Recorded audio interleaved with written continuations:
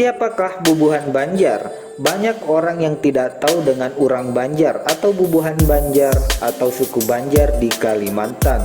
Orang luar daerah seperti Jawa, Bugis, Batak dan lainnya bertanya, apakah orang Banjar itu Dayak?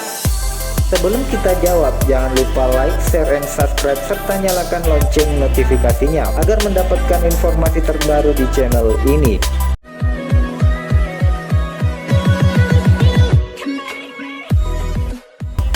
Jawabannya adalah ya, tetapi orang Banjar lebih identik dengan keyakinannya.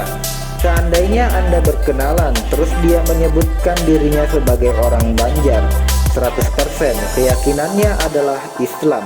Karena orang Banjar juga disebut-sebut oleh negara tetangga kita, Malaysia, sebagai orang Melayu. Lalu, kenapa orang Malaysia mengatakan kalau Bubuhan Banjar adalah Melayu?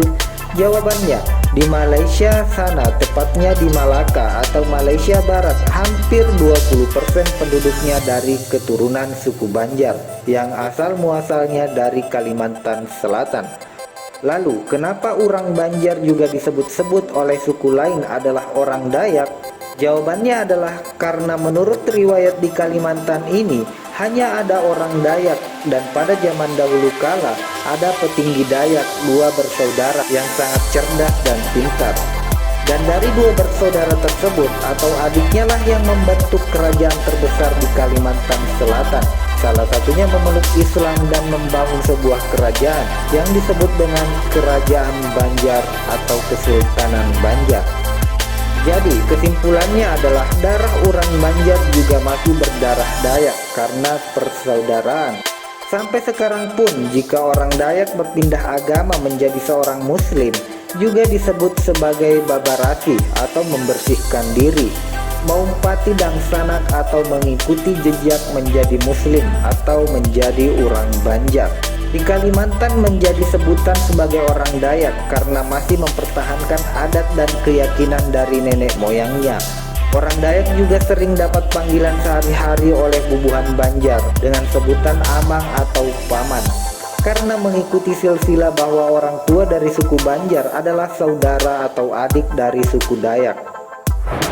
Di Kalimantan, suku Banjar letaknya di Provinsi Kalimantan Selatan, tetapi suku Banjar juga meliputi ketiga provinsi lainnya yang menurut penelusuran tahun 2010 untuk populasi orang Banjar di Kalimantan Timur menempati 40% dari penduduk asli, Kalimantan Tengah sekitar 35% dari penduduk asli, dan Kalimantan Barat 10%. Tetapi di Kalimantan Barat sudah tidak lagi Bubuhan Banjar memakai bahasa Banjar dikarenakan mereka sudah terbiasa kesehariannya dengan bahasa asli Melayu.